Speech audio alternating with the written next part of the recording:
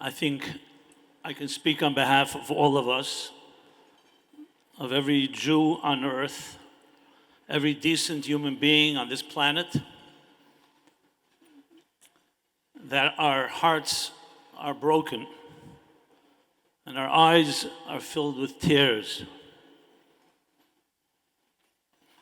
Whether we've seen all the images or not, the atrocities that were perpetrated, how could it not break your heart? But make no mistake,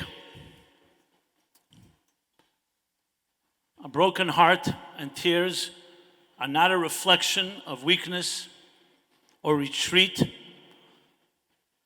The secret of Jewish survival that no one has been able to replicate, that we are an eternal people.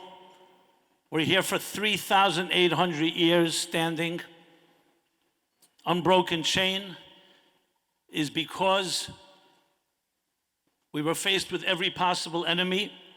We knew how to look at the enemy in its eyes, in the darkness of the abyss. We did everything possible to fight the enemy, but above all, we were not defined by them. We never became their victims. We were defined by our calling, our spiritual destiny, and our transcendent mission. This is the secret.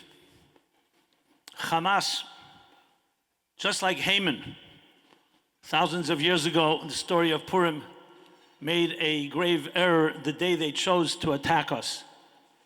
They thought that Simchas Torah, we're vulnerable, we're not ready, we're partying, whatever.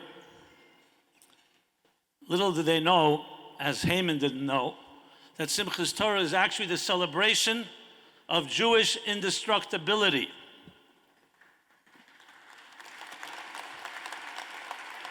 Simchas Torah is celebrated precisely because it was born out of the broken tablets. The broken Western Wall gave birth to the eternal hope that we Jews are. So though we don't want these type of events, but they actually make us far stronger and greater.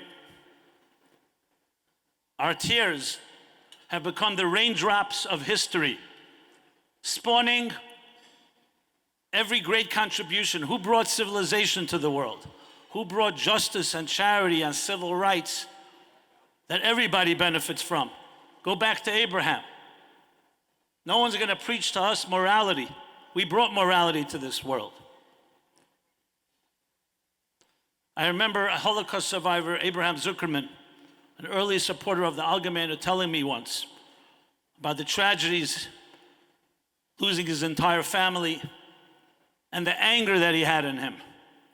And I remember looking in his fiery eyes, and every wrinkle on his face captured all that tragedy. And I said to him, "So, don't you want revenge?" He says, "Absolutely." And you know what he said? He said, "Here's my revenge."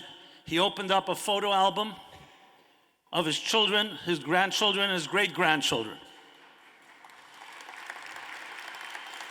I think we all understand what that means. Yes, we fight the wars that we have to fight, but there's something far greater. The Jewish people are like a tea bag. You don't know how strong they are until you put them into hot water. Next time you drink tea, think about that. Now, as the ambassador so eloquently put, wars are fought on many fronts. There's the military, and then there's the information war, the war controlling our minds, the psychological war. And I can proudly tell you that the Algemeiner, its team of editors, literally has risen to the occasion, mobilized themselves, doing a superb job in telling the true story, the story of our heroism, our unity, the story of the atrocities, and also dispelling the myths and the propaganda and the distortions out there. So I want to acknowledge them by name. This is the editorial team. Aaron Kliegman, Gabriel Ram, Ben Cohen, Cinnamon Stillwell, David Myers, Andrew Bernard, Shirin Salni, Diane Pierre, Ira Stoll, David Swindle. And then those responsible for this special evening, Chana Yamini, Leah Simon, Chaya Cohen, Emily Snyderman, Bruce Backman. And finally, my dear friend and colleague, the chair and honorary chair of this evening, David and Mushka Efyun.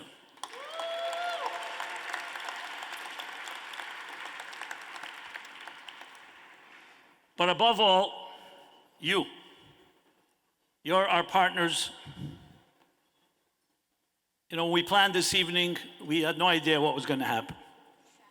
It was very clear to us immediately that, on the contrary, this evening has to turn into an even stronger show of unity and honoring Israel and its people.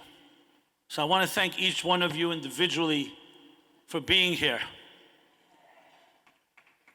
Yes, you deserve a round of applause, exactly.